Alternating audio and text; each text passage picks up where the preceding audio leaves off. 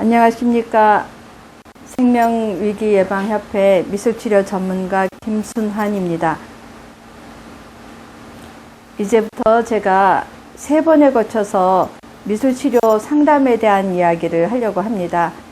첫 번째는 상담과 미술치료에 대한 이야기고, 두 번째는 우리가 미술치료와 미술치유에 대한 이야기, 세 번째는 그림 진단을 통해서 우리 위기 상담을 어떻게 할 수 있는가에 대한 얘기로 3강좌로 준비했습니다. 여러분들 이 그림을 보시면서 어떤 느낌이 드십니까? 여러 생명체들이 함께하고 있습니다. 사람의 생명도 중요하고 나무나 동물이나 또 이 모든 아름다운 생명을 우리는 어떻게 여겨야 될지 그림을 통해서 더 만나볼 수 있을 겁니다. 자, 이제 상담과 미술치료를 이해해 보려고 합니다. 꽃이 있고 나무가 있죠. 예, 꽃이 상담입니다. 그리고 나비는 미술치료가 될 수도 있습니다. 그래서 상담이 무엇인지, 또 미술치료가 무엇인지, 또 미술치유가 무엇인지, 또 이것이 합해졌을 때는 어떤 효과가 있을 것인지 여러분들과 함께 보려고 합니다. 자, 첫 번째로 상담이란 도움을 필요로 하는 내담자와 또 전문 지식을 가진 상담자와 또 이들이 관계라는 것을 통해서 만남을 가짐으로 문제 해결도 하고 성장도 하는 모든 과정을 관계에서 상담이라고 합니다. 자, 제가 여기다가 잠깐 섬을 하나 그리겠습니다. 이 섬에 왼쪽에 내담자가 있고요. 오른쪽에 상담자가 있습니다. 근데 이들이 따로 있는 것이 아니라 섬이라는 곳에서 함께 만납니다. 내담자와 상담자가 관계라는 섬에서 함께 만나서 이들이 어떤 소통을 하느냐에 따라서 성장도 되고 문제 해결도 되는 것을 통틀어서 상담이라고 합니다. 자, 이렇게 보면 누구나 알 수 있듯이 상담에는 3가지 요소가 있습니다. 상담자와 내담자와 상담 관계. 기억해 두시기 바랍니다. 자, 이제 그럼 미술치료란 무엇일까요? 미술치료는 예술과 과학이 합해졌습니다. 예술과 과학은 절대로 합해질 수 없는 분야로 알고 있지만, 예술이라는 미술적인 요소와 과학이라는 치료적인 요소가 합해져서 미술 창작 활동을 통해서 심리적, 정서적으로 갈등을 가지고 있는 사람들 마음을 좀 편안하게 해주고, 또한 원만하고 창조적으로 살아갈 수 있도록 도와주는 뭐다? 심리 치료 방법이다. 그래서 미술 치료란 심리 치료 방법의 하나입니다. 근데 저는 미술 치유라고 부릅니다. 아트 케어라고. 그래서 미술 치유는 심신의 어려움을 겪고 있는 사람들을 대상으로 그들의 미술 활동을 통해서 매체입니다. 매체를 통해서 마음을 진단하고 또 치료를 해서 모든 면에서 내적 질병 치유, 사회적, 영적 치유, 모든 통전적인 치유를 미술 치유라고 합니다. 우리 앞에서 꽃과 나비를 봤습니다. 꽃이 따로 있고 나비가 따로 있으면 열매를 맺을 수 없습니다. 하지만 상담이라는 꽃과 미술치료라는 나비가 함께 했을 때는 치유가 일어나는 열매를 기대할 수 있습니다. 자, 이제 이게 상담과 미술치료가 합해졌을 때 미술치유라고 부릅니다. 그래서 미술심리 상담을 통해서 미술치유가 가는데, 이 치유는 케어라고도 표현하고 힐링이라도 표현할 수 있는데, 참 평안, 참 자유. 저는 이거를 힐링이라는 단어보다는 케어라는 단어로 함께 하고 있습니다.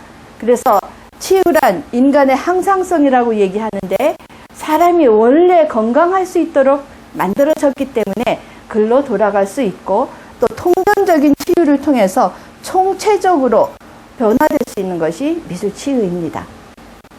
자, 이제 이렇게 미술치유를 우리가 미술적인 방법으로 많이 활용하고 있는 것이 현재의 모습입니다. 여러 가지 내면 세계를 외면화시키기도 하고 갈등을 완화시키기도 하고 병리적인 정신 구조를 재편성하기도 하고 특히 외상후 스트레스나 위기에 당한 경우 노인들 또 알코올 및 약물 중독자, 심신장애자 또 여러 폭력이나 이런 데 노출되어 있는 가족 치료들 이 모든 위기에 있는 특히 자살 위기 있는 우리나라 모든 사람들에게도 미술 치료가 많이 활용되고 있고 더군다나 외국에도 사례가 많이 있습니다. 자, 이제 이 아트 케어를 설명할 때 아까 미술 치유를 통전적 치유라고 말씀드렸는데 이걸 간단하게 설명하면 케어의 스펠링으로 이해할 수 있습니다. 오늘 이 강좌를 들으시는 분은 요 4개의 알파벳으로 미술 치유가 뭔지 정리할 수 있습니다. 케어는 보살피고 아트는 미술이고 릴레이션 관계, 에듀케이션 즉 미술 활동을 통해서 관계를 회복하고 몸과 마음을 보살피고 그 과정을 통해서 가르치는 총체적 만남이 미술 치유입니다. 이거를 한번 동영상으로 봤을 때 여러 가지 현상으로 치유가 사례로 나와 있습니다. 자, 이렇게 점토로 자기 얼굴을 나타내는 것이 나 자신을 나타내는 자아상이 투사되어 있고요. 또 이제 한 장면을 보시면 우리 내면에 있는 화나고 속상하고 이 모든 것도 표출하고 아직은 나가지 못하는 조바심도 있고 이렇게 병중에 있는 아이들도 치료하고 소망을 갖기도 하고 창조에 대한 것도 회상할 수 있고 우리가 마음을 중심으로 모아보는 이 모든 과정이 아트 케어 과정입니다. 이 과정 속에서 우리는 미술 치유를 경험하게 됩니다. 자, 실제적인 이런 사례를 보시면 더더욱 많은 그런 경험을 대신할 수 있습니다. 자, 이제 그러면 미술 치료라는 도식을 봤을 때 겉으로 드러나는 감정, 의식은 한 5분의 1 정도 되고 밑에 깔려있는 무의식이 5분의 4 정도 됩니다. 그런데 미술 치료에서는 무의식을 바로 의식으로 보낼 수가 없기 때문에 그 중간에 전의식이라는 부분을 활용합니다. 이 전의식이 뭐냐면 지금은 별로 생각나지 않지만 곰곰이 생각해보면 생각나는 것들을 전의식이라고 합니다. 어릴 적 기억, 엄마한테 매 맞았던 기억, 또한 할머니한테 칭찬받았던 기억 이런 것들이 전의식이 됩니다. 이거를 미술 활동을 통해서 이제 경험하게 되는 것이 미술치료와 전의식의 관계입니다. 자, 이제 미술치료에는 3가지 견해가 있습니다. 나중에 좀 더 자세히 설명할 기회가 있겠지만 아트 인 테라피로 그림을 매체로 치료하는 아트 인 테라피 나움버그가 주장한 사례이고요. 아트 에즈 테라피로 창조 활동 자체가 치유라고 얘기하는 크레머의 견해이고 이 2가지를 다 합해서 안과 박을 나타내는 것처럼 치료와 창조를 함께로 주장한 얼만의 견해가 있습니다. 나중에 좀 더 세부적으로 설명드리겠습니다. 미술치료의 장점에는 어떤 것들이 있는가 하면 자, 여기 떠여 있는 이 하나하나의 항목들을 제가 사례를 통해서 설명드리겠습니다. 첫 번째로 신상 표현, 마음을 상징하는 그런 표현으로 자, 이 자유로운 표현, 화가 나거나 자기가 마음의 어두움에 있는 것들을 누구의 제한도 받지 않고 마음대로 표현하는 것이 자유연상, 자유로운 표현입니다. 이거는 잘 모르겠지만 뭔가 좀 불불 끓는 것 같지요. 그리고 여기는 뭔가 또 사랑도 있고 또 십자가도 보이네요.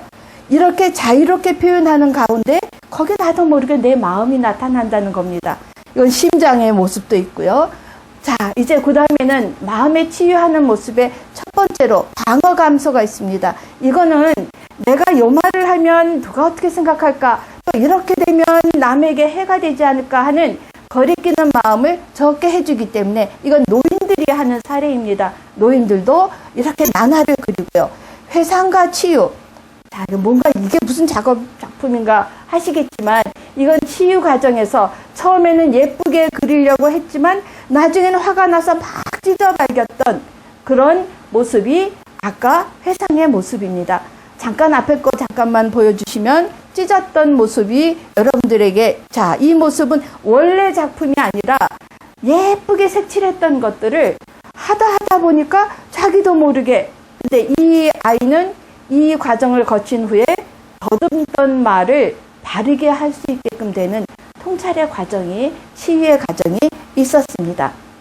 자, 이제 그 다음에는 이런 작업을 하면 지금 우리가 동영상을 촬영하고 있지만 말로 하는 것은 녹음을 뜨지 않으면 남아있지 않습니다. 하지만 미술 작업을 한 것은 작품이 구체적인 유형의 자료로 남습니다.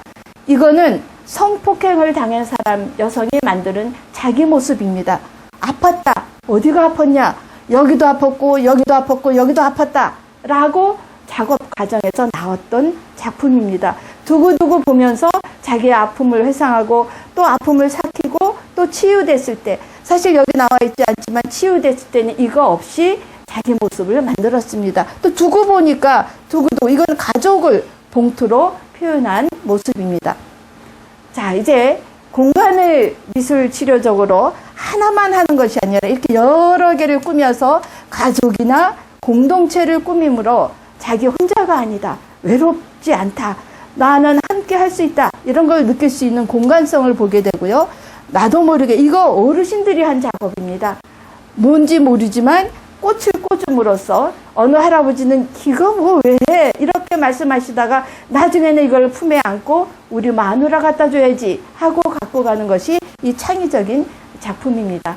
그래서 미술 심리 상담을 적용할 수 있는 대상은 첫 번째로 기질적 손상, 뇌 손상을 입은 대상자들, 또 두 번째로 발달이 지체된 경우, 10살이지만 4살 정도인 경우도 있고요.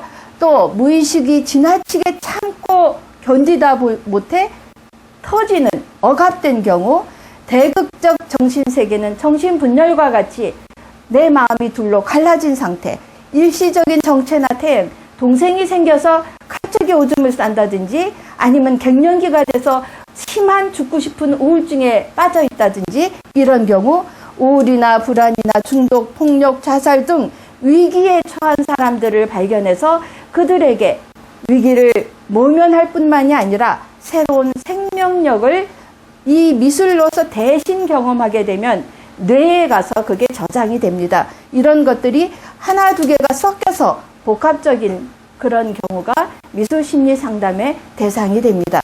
자, 이 작업도 한번 돌려주시면 이 작업하는 집단 내에서 일어났던 내면, 나에게 상처를 둔 대상, 나를 아프게 했었던 대상은 어떤 것인가라는 작업을 할 것이고, 외면, 내가 상처를 준 대상, 나만 상처를 받는 것이 아니라 내가 상처를 둔 대상이 있기 때문에 이런 작업 과정을 통해서 정말 살아오면서 내 가정 내에서 일어났었던 일들, 또 내가 다른 사람들에게 영향을 미쳤던 일들을 회상하면서 눈물도 많이 흘리고 내가 왜 죽으려고 했었던가에 대한 것들을 다시 통찰할 수 있는 그런 작업 과정을 합니다.